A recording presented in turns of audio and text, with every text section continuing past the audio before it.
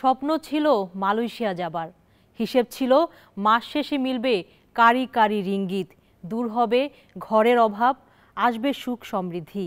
তাই জীবনের শেষ সম্বল ভিটে বাড়ি বন্ধক রেখে কিংবা চড়া সুদের ঋণ নিয়ে গোপনে দালালদের হাতে লাখ লাখ টাকা তুলে দিতে দ্বিধা করেননি অনেকে। মালয়েশিয়া যাবার সরকারি ফি ৭৯,০০০ টাকা হলেও তার চেয়ে বহুগুণ বেশি টাকাও দিয়েছিলেন অনেকে। কিন্তু কয়েক হাত ঘুরে সেই টাকা হাওয়া হয়ে গেলেও এখন দায় নিচ্ছে না কেউ।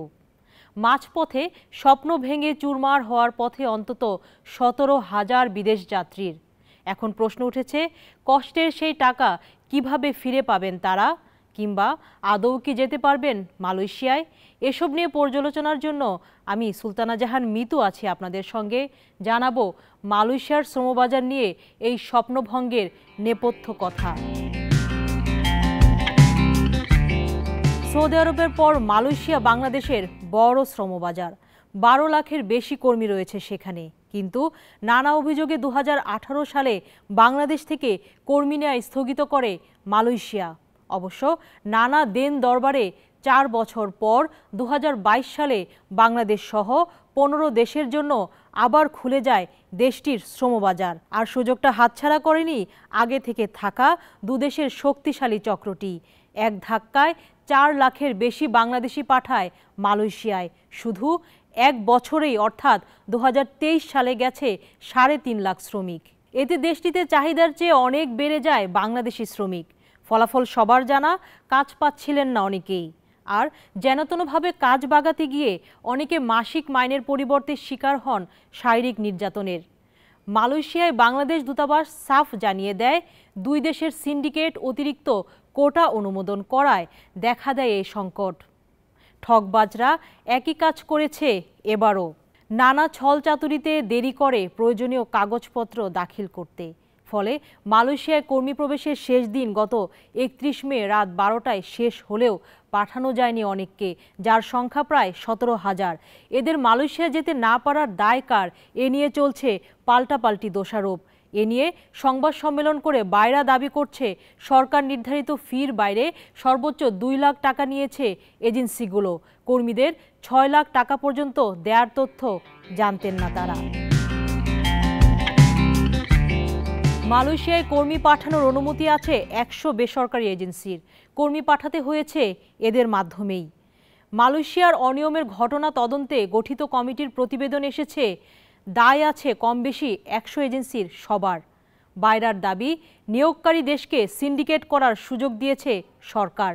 ভিসা প্রক্রিয়ায় সরকারের সময়ক্ষেপণে অনেকেই মালয়েশিয়া যেতে পারেননি।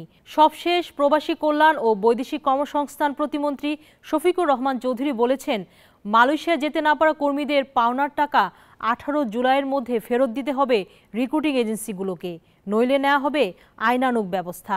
বিদেশগামী কর্মীরা যত টাকা জমা দেওয়ার প্রমাণ দেখাতে পারবেন তত টাকাই ফেরত দেবে এজেন্সি।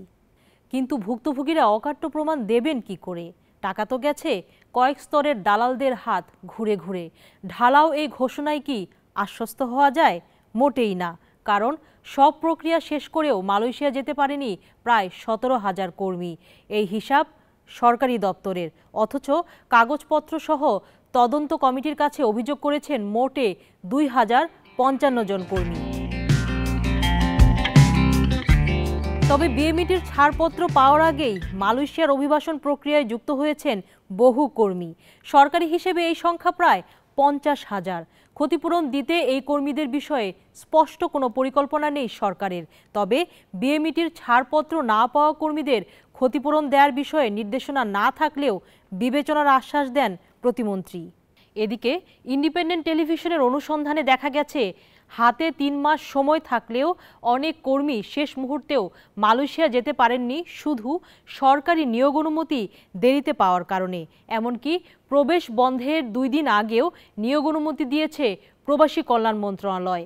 বিশ্লেষকদের মত, কাগজপত্র তৈরিতে গড়িমসি করে দুর্নীতিকে উৎসাহিত করেছে মন্ত্রণালয়। এতে বিপুল অর্থ লোপাটের সুযোগ পেয়েছে মধ্যস্বত্বভোগীরা। মালয়েশিয়ার শ্রমবাজার নিয়ে চক্র গঠন, সরকার নির্ধারিত ফির চেয়ে কয়েক গুণ বেশি টাকা কর্মীদের কাছ থেকে নেয়া সহ বহু অভিযোগের বিষয়ে এখনও বিস্তারিত জানাননি প্রবাসী প্রতিমন্ত্রী।